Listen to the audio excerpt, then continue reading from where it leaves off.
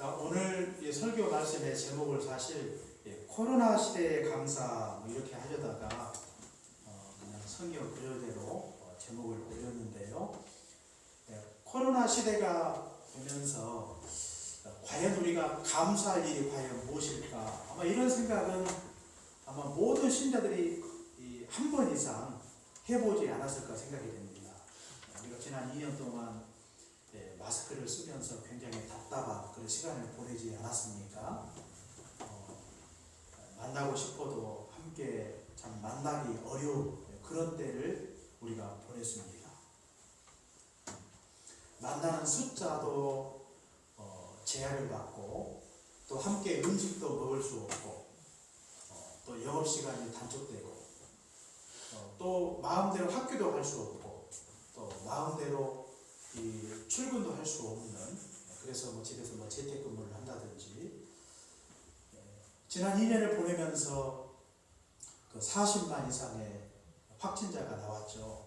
그래서 질병의 멍에를 쥐고 우리가 고통 가운데 2년을 보내신 줄 압니다. 3,000명 이상의 사람이 코로나로 인하여 목숨을 잃었습니다. 이런 힘들고 답답한 시간들을 보내면서 과연 우리에게 감사할 일이 과연 무엇일까? 이런 질문을 던지게 되는 것입니다. 그러나 이런 상황에도 불구하고 성경은 너무나 명쾌하게 그리고 분명하게 우리에게 말씀하고 있는 것은 무엇입니까? 그것은 바로 범사에 감사하라. 이 말씀을 우리에게 주고 있는 것입니다. 뿐만 아니라 성경은 이것은 너희를 향하신 하나님의 뜻이라고 또 말씀을 하고 있어요. 하나님께서 우리에게 코로나 시대에도 불구하고 하나님의 명령으로 하나님의 뜻으로 우리에게 주신 것은 바로 범사에 감사하라는 그런 말씀을 우리에게 허락해 주고 계시는 것입니다. 우리는 결코 환경을 탓할 수 없는 것입니다. 형편을 핑계할 수 없는 것입니다. 어떤 상황에도 불구하고 모든 일에 있어서 우리가 감사하며 살아가야 될 것을 성경이 우리에게 말씀하고 있는 것입니다. 그렇다면 오늘 우리가 생각해야 될 것은, 성경은 범사에 감사하라고 말씀을 하고 있는데 오늘 코로나 시대에 우리가 무엇에 감사를 해야 될지 우리가 다시 한번 생각해 보도록 하겠습니다.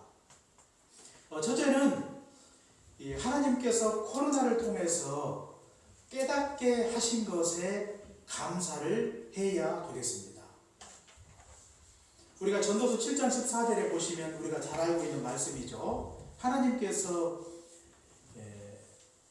환난을 주신 하나님의 뜻이 무엇인가를 우리에게 말씀을 하고 있는데, 너희가 형통한 날에는 기뻐하고 공고한 날에는 되돌아보아라, 이렇게 말씀을 하고 있는데, 하나님께서 우리에게 환난을 주신 것은 그 환난을 통해서 자기를 돌아볼 수 있도록 하시기 위해서 우리에게 환난을 주신 것입니다.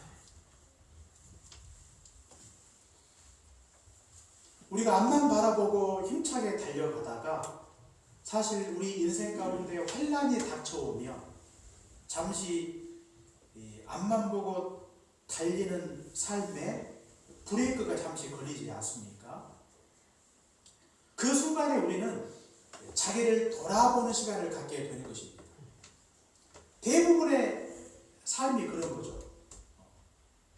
우리가 시련이 닥쳐올 때 비로소 자기를 돌아보고 가정을 돌아보고 또 자신의 신앙을 돌아보는 그런 계기를 우리가 갖게 되는 것입니다. 건강했던 사람이 이 병자들의 아픔을 우리가 깊이 참 이해하기가 어렵죠. 그런데 건강했던 사람이 건강에 문제가 생기면 비로소 자신의 건강을 돌아보지 않습니다.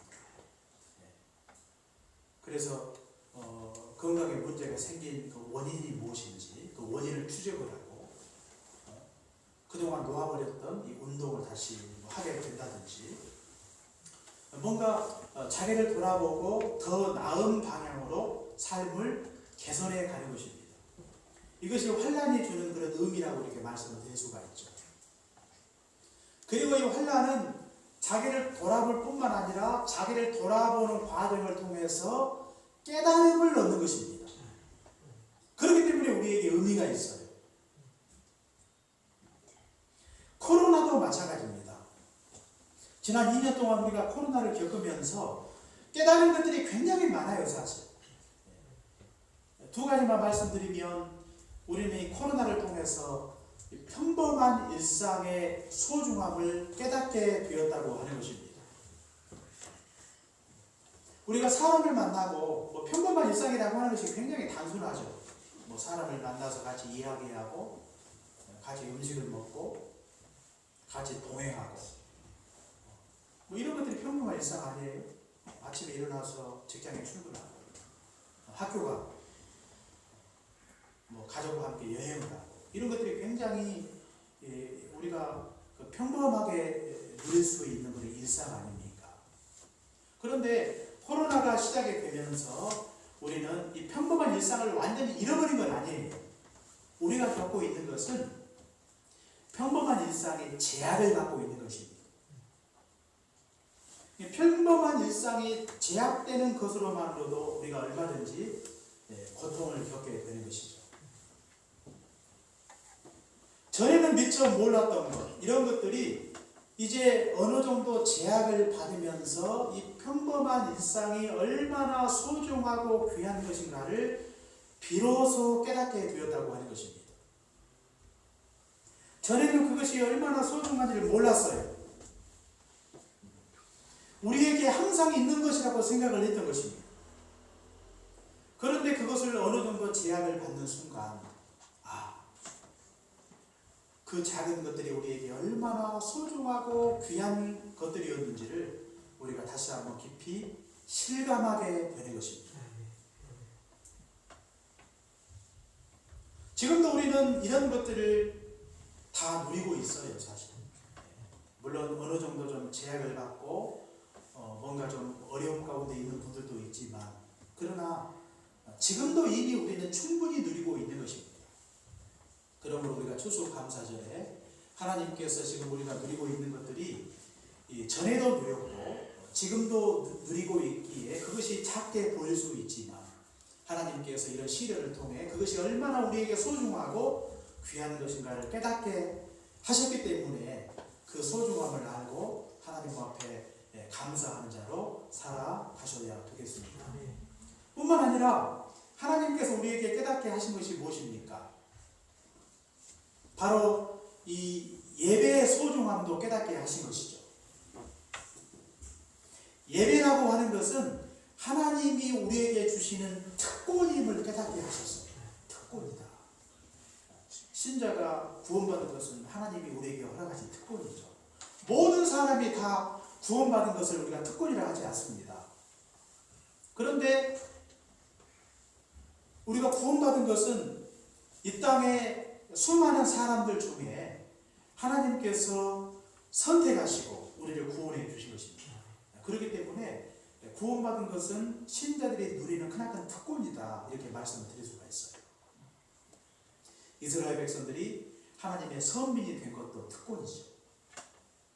예배도 마찬가지입니다. 예배도 하나님께서 우리에게 주시는 신자에게 주시는 특권이라고 이렇게 말씀을 드릴 수가 있어요. 지난 2년 동안 우리는 이 같은 특권을 누리면서 우리가 하나님을 예배하고 있는 것입니다. 전에도 이보다 더 자유롭게 우리가 주의 전에 함께 모여 하나님을 예배할 수 있었다고 하는 것이죠. 이것은 크나큰 특권입니다. 그런데 우리는 이 예배를 드리면서 이것이 특권이라는 사실을 그동안 놓치고 살았어요. 마음만 먹으면 언제든지 어디에서든지 예배할 수 있다는 그런 생각을 은연중에 갖게 되었다고 하는 것입니다. 예배는 항상 우리에게 있는 것, 너무나 소중하고 귀한 거지만 항상 우리에게 있는 것이라고 생각을 했어요. 우리는 성경에서 이 예배가 항상 있는 것이 아니라 이스라엘이 범죄하고 하나님을 거역했을 때 그런 제사를 다시는 드릴 수 없는 상황에 올 수 있다는 사실을 성경을 통해서 보았음에도 불구하고 우리는 이 예배가 하나님께서 우리에게 특별하게 주시는 은혜요, 특권이라는 사실을 놓치고 살았다고 하는 것입니다. 이스라엘 백성도 그렇게 과거에 살았어요. 그들은 성전에 모여 하나님 앞에 제사를 드리고, 그리고 각종 절기를 드리고, 안식일과 월삭을 하나님 앞에 드리면서 그것은 항상 우리에게 있는 것이라고 생각을 했던 것입니다. 그런데 그들이 하나님 앞에 범죄하고 불순종한 대가로 결국 이방인들의 침략을 통해 성전이 무너지고 하나님 앞에 제사를 드리고 싶어도 드릴 수 없게끔 그들이 예루살렘을 떠나 먼 이방 땅으로 포로로 끌려가지 않습니다. 그들은 더 이상 제사 드릴 수 없고 절기를 드릴 수 없는 그런 상태가 되어버린 거예요. 이스라엘 백성들에게 제사는 항상 있는 것이라고 생각을 했어요. 그런데 더 이상 제사를 드릴 수 없는 그런 절망적인 상황이 되어버렸다고 하는 것입니다. 그런 제사가 회복되기까지는 무려 70년의 세월이 흘렀어요. 그들이 포로 생활을 마치고 예루살렘에 돌아와서 성전을 짓고 성벽을 세우고 또 그동안 흩어졌던 이 제사장들, 레위인들을 다시 모아 성전에서 제사를 드리기까지 엄청난 대가를 지불하죠. 그때 비로소 다시 제사를 드릴 수 있게 되었다고 하는 것입니다.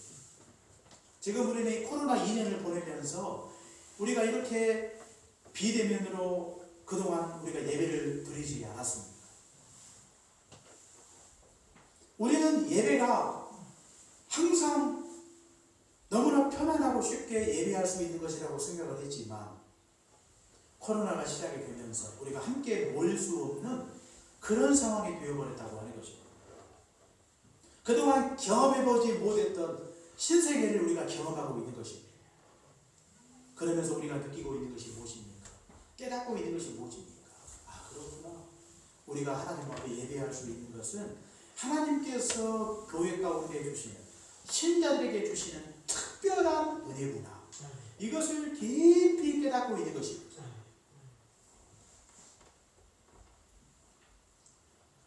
우리가 하나님 앞에 드리는 예배가 특권이라는 사실을 깨닫지 못하면 그때부터 우리의 예배는 형식화되고 예배가 메마르고 예배가 세속화되는 것입니다. 예배는 항상 있는 것이고 마음만 먹으면 내가 얼마든지 하나님 앞에 예배할 수가 있고 항상 정해진 시간에 예배할 수 있다는 이런 안이한 생각을 갖는 순간입니다. 예배의 감격은 사라지고 기쁨은 사라지고 예배가 점차 드라이해져요. 메마른 예배가 되는 것입니다. 감동이 사라져요. 형식적인 예배로 전락하게 되는 것입니다. 그러나 우리가 예배할 때마다 이 예배는 주님이 핏값을 주고 사신 것이고 이 예배는 하나님께서 택함받은 주의 백성들에게 특별하게 허락하신 은혜임을 기억할 때 우리가 하나님 앞에 신령과 진정으로 하나님을 예배할 수가 있는 것입니다. 이런 깨달음을 하나님께서 코로나를 통해서 우리에게 허락해 주신 것입니다. 이런 깨달음을 통해서 우리의 삶은 더욱더 의미가 있고 우리의 신앙은 더 깊은 영성으로 들어가게 되는 것입니다. 그렇기 때문에 환난이 우리에게 고통임에 틀림이 없지만 그 환난을 통해서 많은 깨달음을 얻게 되고 그 깨달음은 우리의 믿음을 한 단계 더욱더 깊게 만들어주는 것입니다. 우리의 삶은 더욱더 성숙해져 가는 것입니다. 미처 깨닫지 못했던 인생의 진리를 깊이 깨닫는 순간 우리의 삶은 더욱더 부요해져 가는 것입니다. 물론 물질적으로 우리가 어려움을 당할 수 있지만 그걸 통해서 얻는 유익들이 얼마나 많은지 몰라요. 이 같은 은혜 주신 하나님 앞에 오늘도 감사함으로 영광 돌리시기를 주의 이름으로 축원합니다. 그 다음에 두 번째로 하나님께서 우리에게 주신 것이 무엇입니까? 코로나 중에도 그 모든 것을 감당케 하신 것에 감사하셔야 되겠습니다.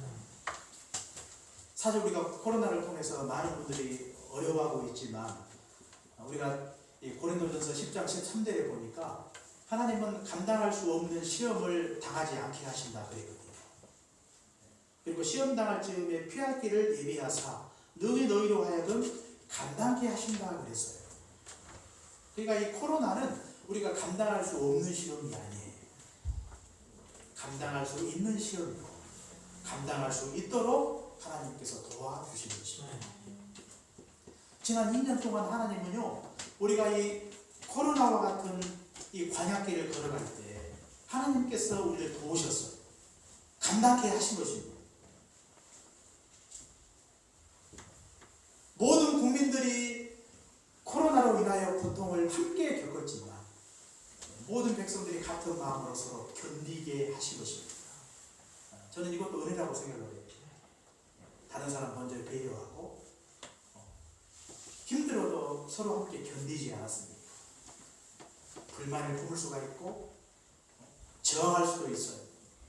폭동이 일어날 수 있는 것입니다. 외국에서는 그런 사례들이 참 많죠. 그런데 하나님께서 이 나라를 축복하셔서 백성들의 마음속에 어떤 자기중심적인 생각보다는 서로 배려하고 존중하면서 모든 국민들이 함께 견딘 것입니다. 견디는 것도 하나님의 은혜예요. 견디는 것. 자신의 불만과 자신의 감정을 쏟아내는 것만이 상책이 아니라 힘들고 어려워도 자기 주장이 있어도 자기 감정과 자기 피해가 있어도 그 모든 것을 견뎌내는 것, 이것도 하나님의 특별한 은혜라고 하는 것입니다. 5천만 국민들이 일사불란하게 그 모든 시련과 고통에도 불구하고 이렇게 함께 견뎌내는 것이 결코 쉽지 않아요. 정부가 이렇게 무슨 이 어떤 사회주의 독재 국가같이 이 국가의 권력으로 이렇게 강제로 견디도록 하는 것이 아니라 백성들이 자발적으로 자원해서 이런 어려움들을 함께 견뎌내는 것, 이건 하나님의 은혜가 없이 할 수 없는 것입니다. 하나님의 특별한 은혜를 주셔서 모든 국민들이 함께 견디도록 하나님께서 도와주신 것입니다. 뿐만 아니라 하나님께서 또 이렇게 백신도 주시고 또 치료제도 허락하셔서 이 모든 것을 감당하신 것이죠. 우리가 백신 개발한 거 아니잖아요. 그런데 백신이 충분했어요. 지금은 백신이 남아 돌아요. 그래서 백신을 직접 생산한 국가가 아님에도 불구하고 그 고급 백신을 그냥 무료로 국민들이 함께 공유하고 있는 것입니다. 90% 이상이 다 접종을 했어요. 이것도 하나님께서 이렇게 힘들고 어려운 중에 감당케 하시는 하나님의 은혜가 아닌가 생각해요.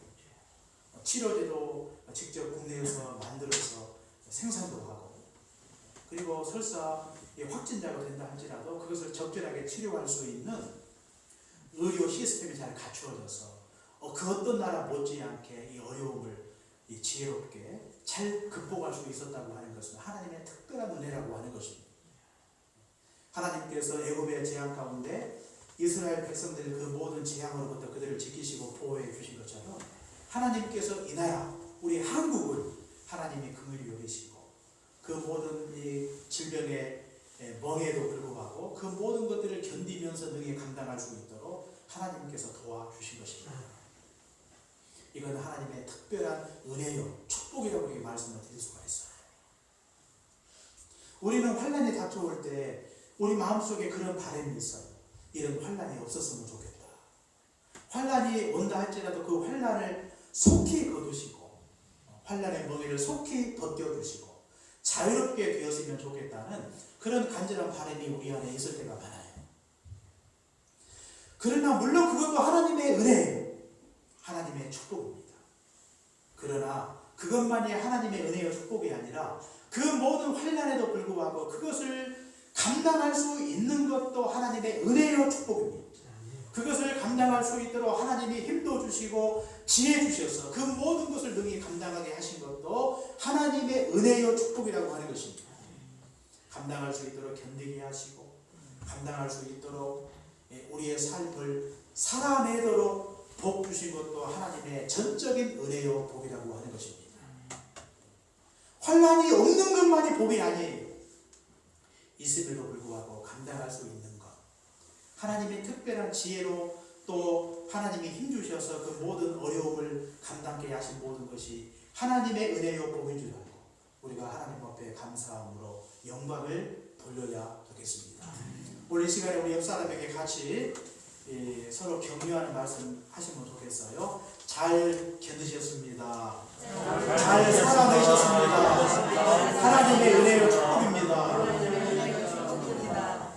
2년을 견뎌. 2년. 짧은 시간이 아닌데 사실 우리가 성경에 보시면 이스라엘도 이렇게 오랜 기간 동안 견뎌낸 적이 별로 없더라고요. 좀 길면 한 몇 달, 또 몇 년씩 견디기도 하는데 아무튼 우리가 적지 않은 세월을 은혜 중에 잘 견디고 살아낸 것이 아닌가 생각이 듭니다. 이것도 역시 하나님의 은혜인 줄 알고 우리가 감사함으로 영광을 돌려야 되겠습니다. 우리 주변에도 이렇게 고난 중에 있는 지체가 많잖아요.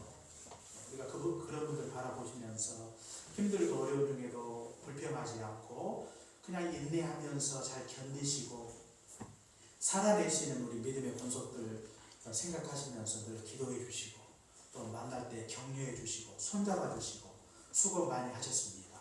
잘 견디셨습니다. 좀 이런 말씀들을 좀 많이 하시면 좋겠습니다.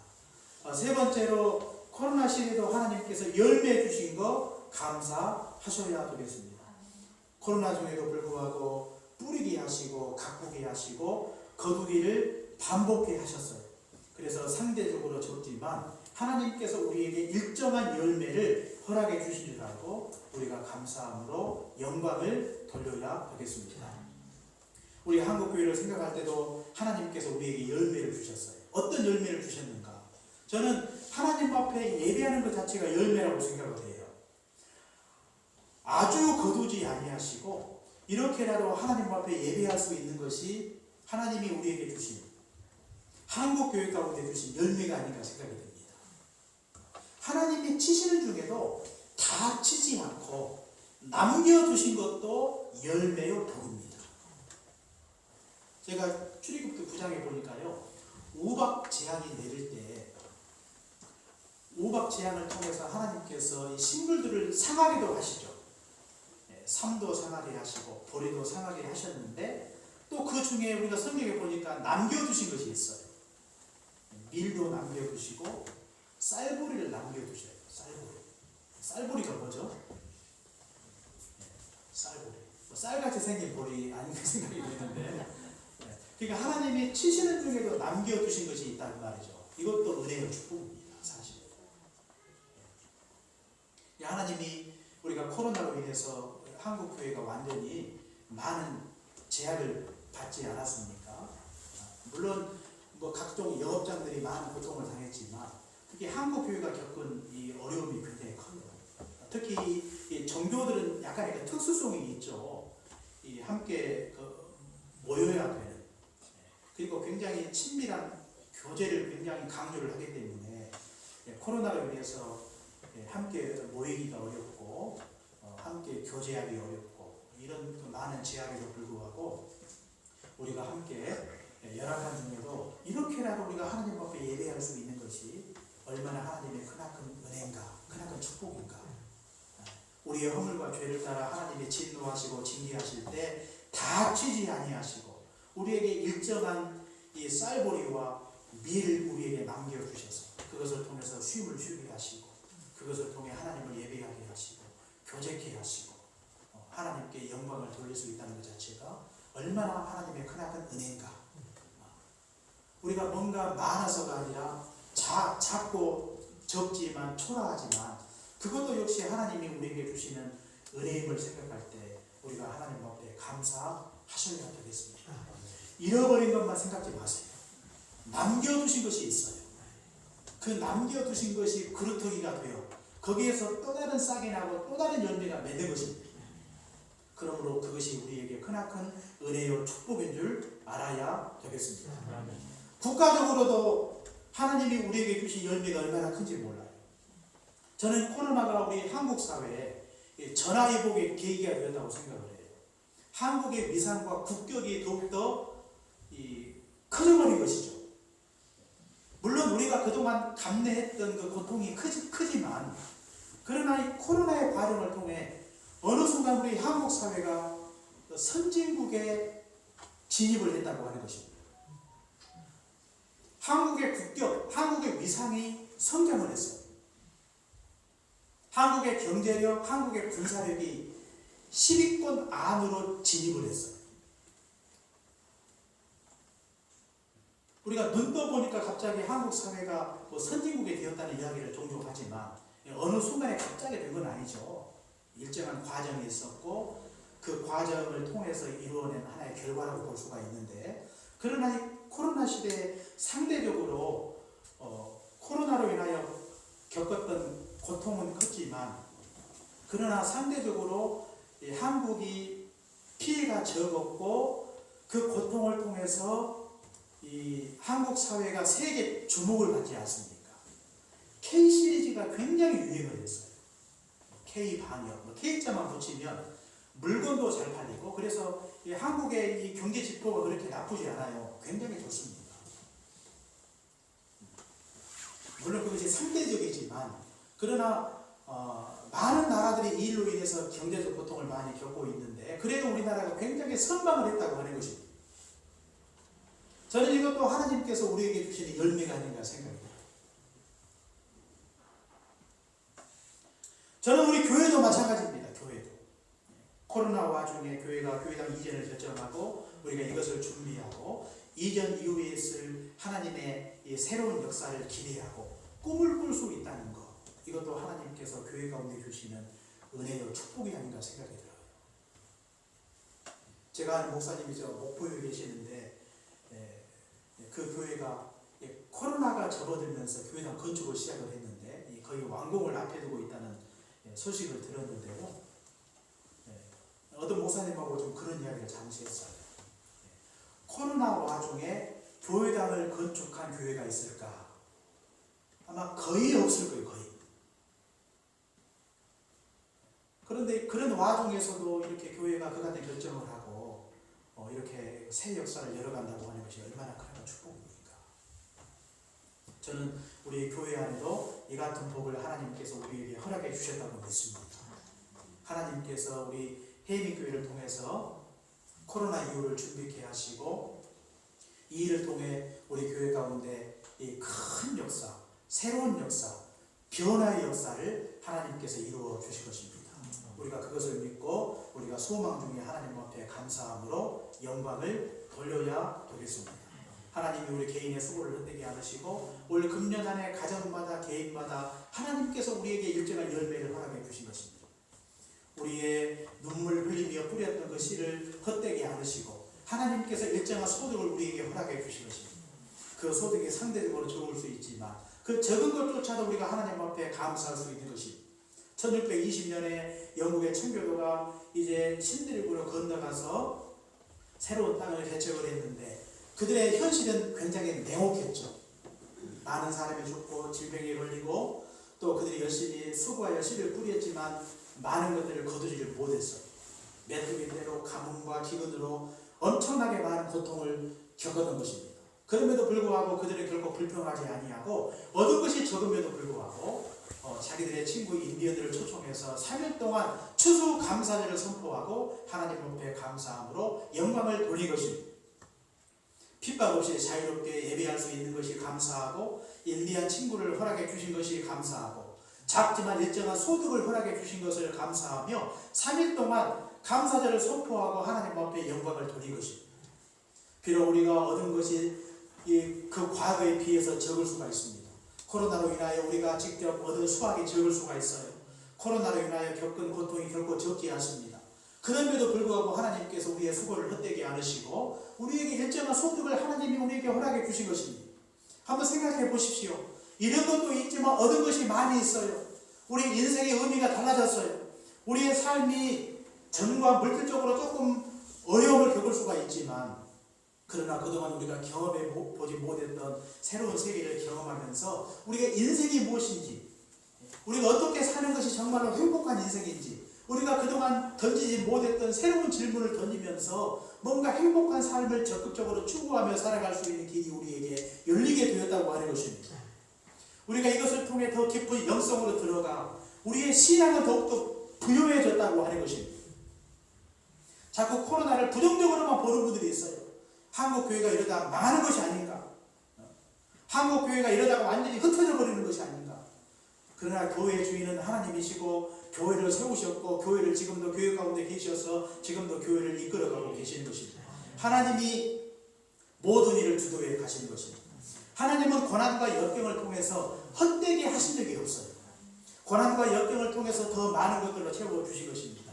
한국교회가 이것이 전화의 복이 될 것입니다. 더 순수해지고 더 온전해져서 한국교회는 전과 다르게 더 부유하고 풍성한 교회로, 더 능력있고 힘있는 교회로 하나님께서 만들어 주실 것입니다.